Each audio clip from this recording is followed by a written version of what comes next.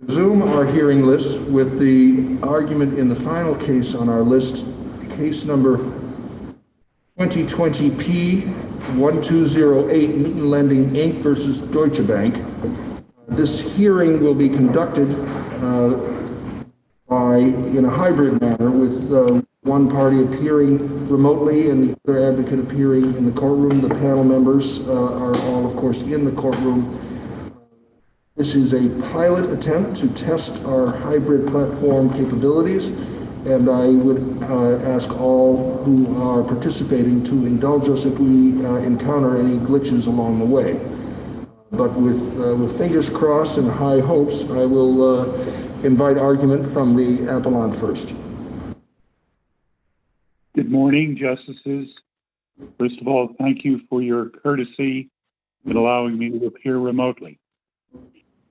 I'd like to concentrate on what I believe to be the most important issue in this appeal and in this case, and that's whether the requirement of the foreclosing mortgagee under 244.14 has been satisfied, and specifically whether their actions, which they claim they engaged in to notify my client, Newton Lending, of the pending sale of the property, were sufficient to comply with the statute. In connection with that, I'd like to concentrate on the exhibits that are in the file and which you have in the appendix to both briefs.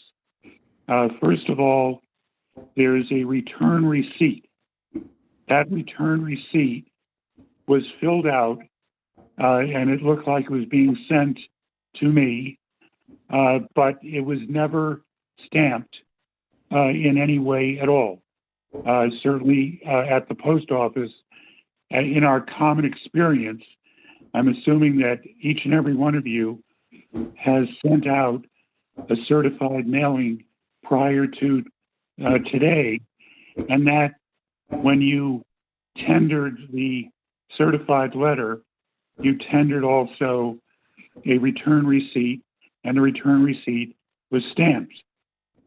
The receipt was priced at $5.54. It appears that it was priced in the office of Corday, but it was never receipted. There's no proof that that document ever made it to the post office. Well, you would agree, would you not, that as long as there was sufficient proof that it was mailed, it wouldn't matter if you just claimed you hadn't received it? I agree with that proposition. Right. So really it doesn't matter that you're arguing you didn't receive it. This portion of your argument turns on whether or not there was sufficient proof of mailing. I agree. And I suggest that there is not sufficient proof of mailing. And what is our standard of review for that particular argument? It's my belief that your standard of review is that you can hear this matter and this issue de novo. Is the factual question of mailing, is the question of mailing a question of fact or a question of law? Oh, I strongly believe it's a question of fact. And that. Okay, so ordinarily what's our standard of review for questions of fact? Well, this is a summary judgment proceeding, Judge, and it's always been my understanding that the standard of review is de novo on the issue of whether or not summary judgment should have been granted. The standard for summary judgment is what?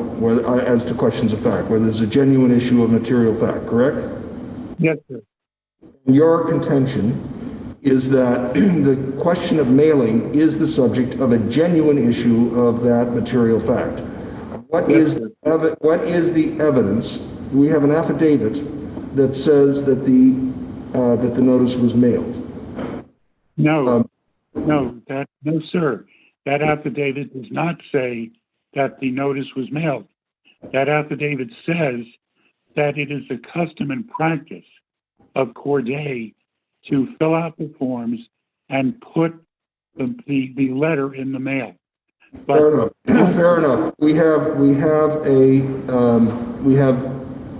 an affidavit that was the standard practice, and we also have a certified mail receipt that has some questions about what it shows.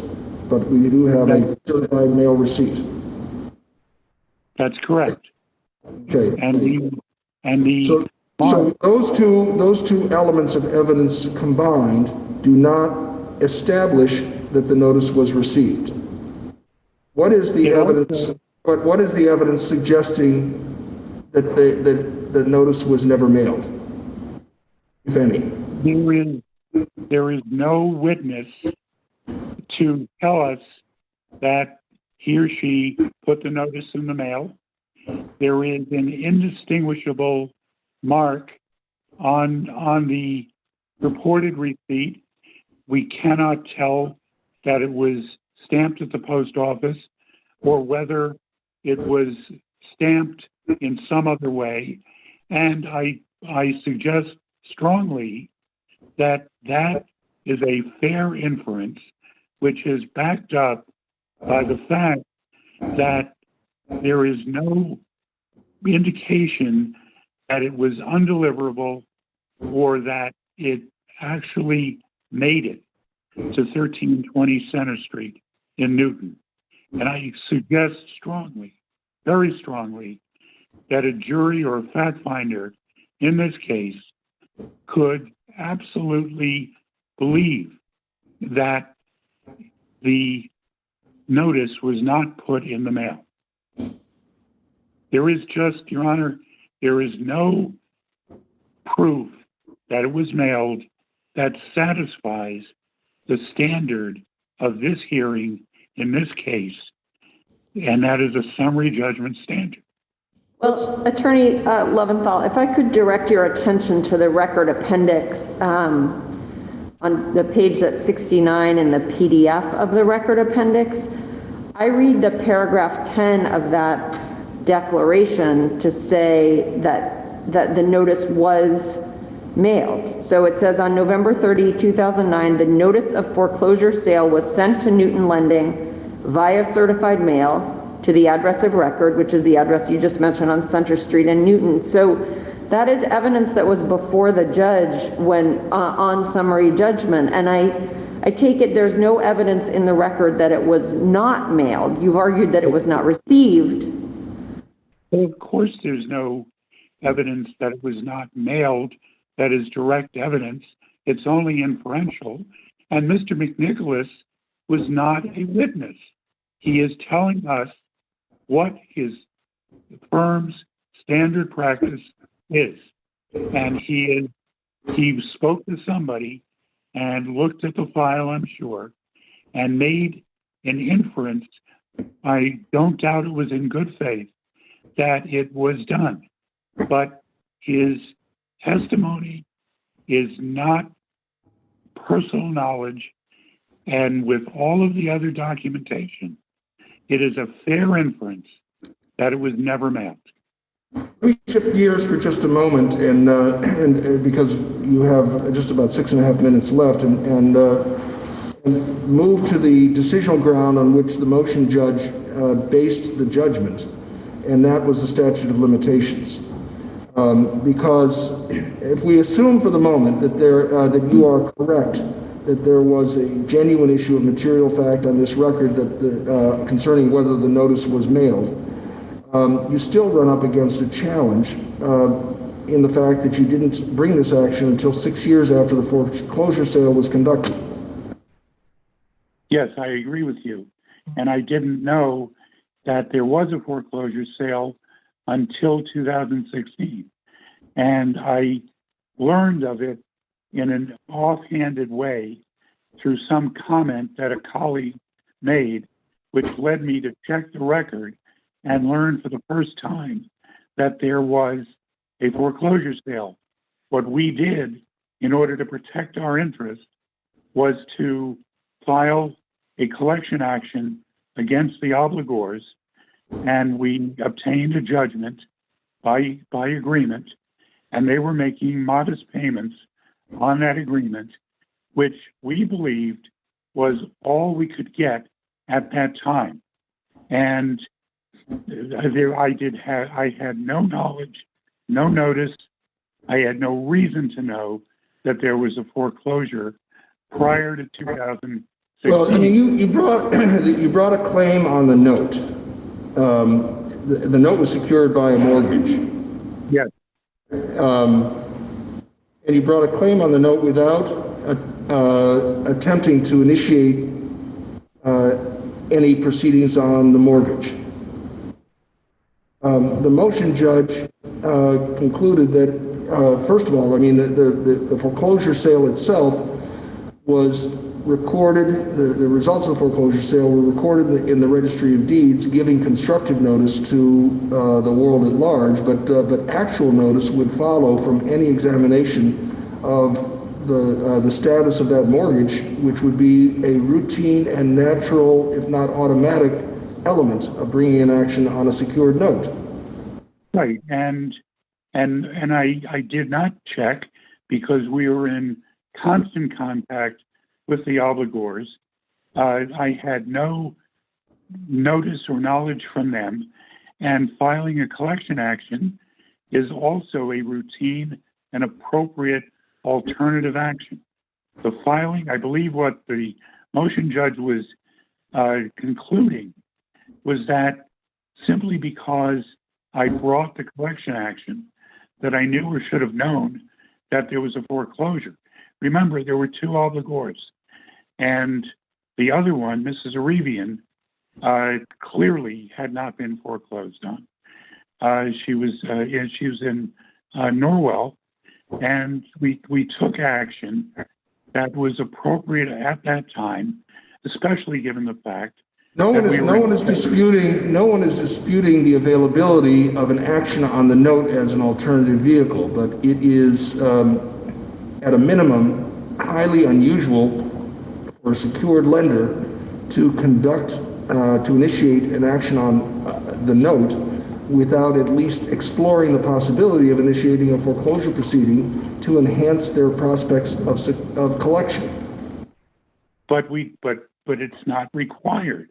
It's not required, but What did you plead in that complaint about the existence of the existence of the mortgage? We don't have that in the record, do we? No, I don't think you do, other than my affidavit, which does not go as far as you want me to go. But the answer to your question is that we proved that they signed the note and that they defaulted on the note, and at the time judgment was agreed to, the judgment was and should have been for $115,000. And what were the terms of the settlement? Did they say anything at all about the second mortgage? No. They paid interest for a while, and then they stopped. And we didn't think we could do any better at that time. And the choice of filing a foreclosure from second position in a real estate market that was soft did not really attract us. once you settled that note, you would have no further right to move on the mortgage, right? I think that's correct. Of course. But so that your claim of entitlement to damage because you didn't know that the first mortgage had been foreclosed rests on the premise that you would have been able to purchase the property at that. I'm having a little trouble following the theory. Well, just because there's a foreclosure doesn't mean that the note has been extinguished. So whatever we didn't get, we had every right to sue for after the foreclosure had we known about the foreclosure. No, but in 2010, I think it's 2010, when you settle the claim on the note,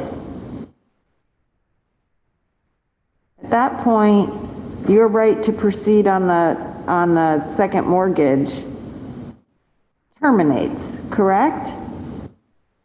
I'm not sure you're right. I'm not arguing. Satisfaction, an accord and satisfaction on the note removes any collateral security securing the note. All right. But that still doesn't mean that we knew that there was a foreclosure that we did not receive notice of. No, but it might mean that you can't prove a claim for damages in this suit. Well, it might, and I'm not arguing with you, but judgment was entered by agreement. All right. That really I see that your time has expired. We'll have to leave it there. We'll hear from the appellee.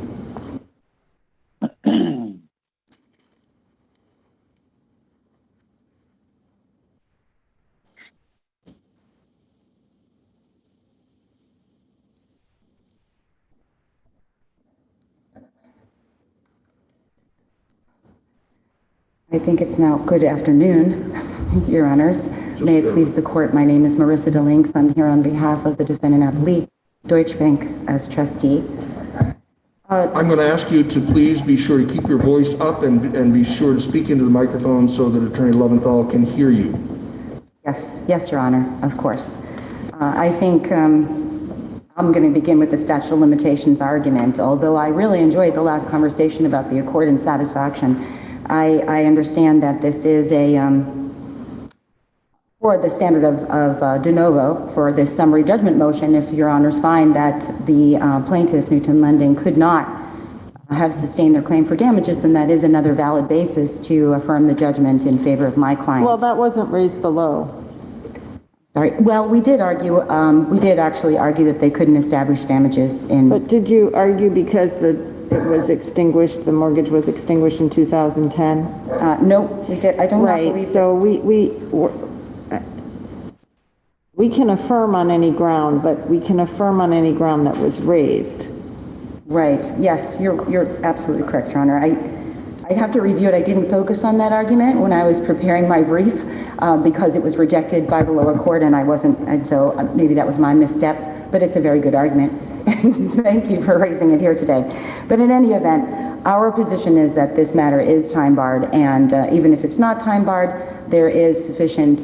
The record is undisputed that Deutsche Bank, through its attorneys, complied with General Statute 244, Section 14, and sent a compliant notice 14 days prior to the foreclosure sale in December of 2009. On the discovery rule, is constructive notice by virtue of the filings in the Registry of Deed, does that standing alone satisfy the discovery rule, or does there have to be actual knowledge? It does satisfy the discovery rule, Your Honor, but I do not even. I'm sorry? Do you have a case for that? Yes, but I cited it in my brief, and that is over here, Your Honor. Excuse me.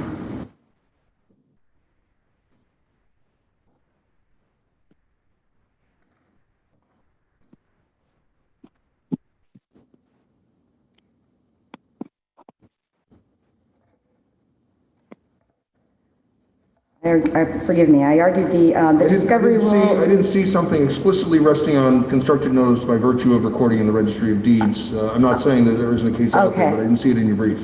All right, then. If I didn't cite that, I didn't cite a specific case that indicates that constructive notice of something that's filed in the Registry of Deeds satisfies the discovery rule, but that is the common law. In fact, I don't think the discovery rule applies here because we're talking about an interest in land, a harm that arises from an interest in land. And there is case law that I cited in my brief that indicates that, an interest in land, a harm that arises out of an interest in land is not inherently unknowable such that the discovery rule would apply. Because a party does have, to understand the harm, there are ways here to understand the harm, and that would be specifically because the complaint alleges that that Newton Lending was aware of the first mortgage when they entered into the second mortgage. They were aware that their loan went into default, and then the first mortgage went in default.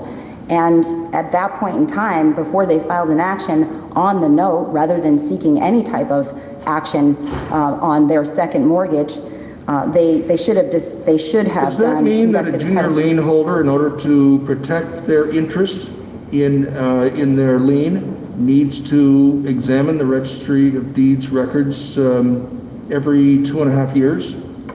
Well, under the circumstances here, Your Honor, when you know that your loan is in default and you're aware that the first mortgage is in default and your mortgage is junior to that, it would be prudent for Newton Lending and its attorney, who is also one of the members of Newton Lending, to conduct a title search to understand the status of the title.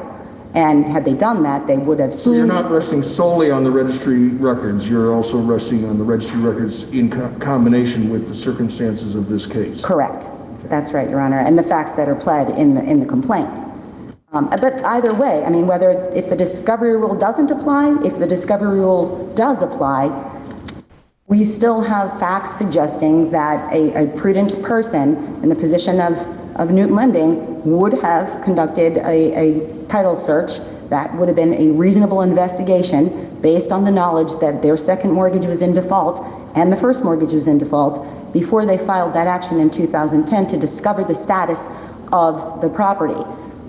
Now, the other thing that I find interesting is, as Mr. Leventhal just raised, the fact that the note that secured the second mortgage, it was actually, the mortgages that secured the note were in the second mortgage were actually on both defendants' properties, not just Mr. Cronin's, but also Ms. Arabian's. And to Your Honor, Justice Wolohojian, you asked whether or not his complaint in the 2010 action is in the record. It is included in the addendum to my client's brief, and you will see it at page 102 of my brief. I believe that's right.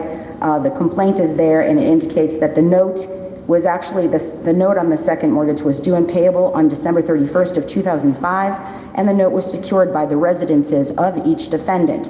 That is paragraph 5. The point being that in 2010, number one, a title search should have been conducted. Number two, the note, an action on the note, although certainly permissible, was not the only option for Newton Lending. They could have also filed or pursued a foreclosure action against Ms. Arabian's home, which I now understand from Attorney Leventhal is in Norwell. So that was an option as well. Now turning to, again, the statute of limitations is, it does dispense with this matter, and the Did you say that trial was judge. page 102 on your addendum? Because I don't, that it was attached? I find it on It's page on 37. Okay. Thank you. I'm sorry, I didn't hear that question, Your Honor. In any event, turning to the second argument, which was the focus of Attorney Leventhal's argument, and that is whether or not the summary judgment record shows that Deutsche Bank complied with 244 Section 14. In fact, the affidavit of Attorney John McNicholas, as Your Honor pointed out, is based on both his personal knowledge and his review of his law firm Corday's business records, in addition to his review of the recording system that Corday utilized and continues to utilize to keep their business records maintained regularly and regularly maintained. And in accordance with that, he testified in his affidavit that on November 30th of 2009, his law firm mailed by certified mail a copy of the notice of foreclosure to Newton Lending at the last known address that was listed in the registry. And therefore, the record does establish that Deutsche Bank complied with 244 Section 14 and gave timely notice to Newton Lending before the foreclosure. So I think on the basis of this record, statute of limitations indicates that the claim is time barred, and the summary judgment record also shows that summary judgment properly entered in Deutsche Bank's favor.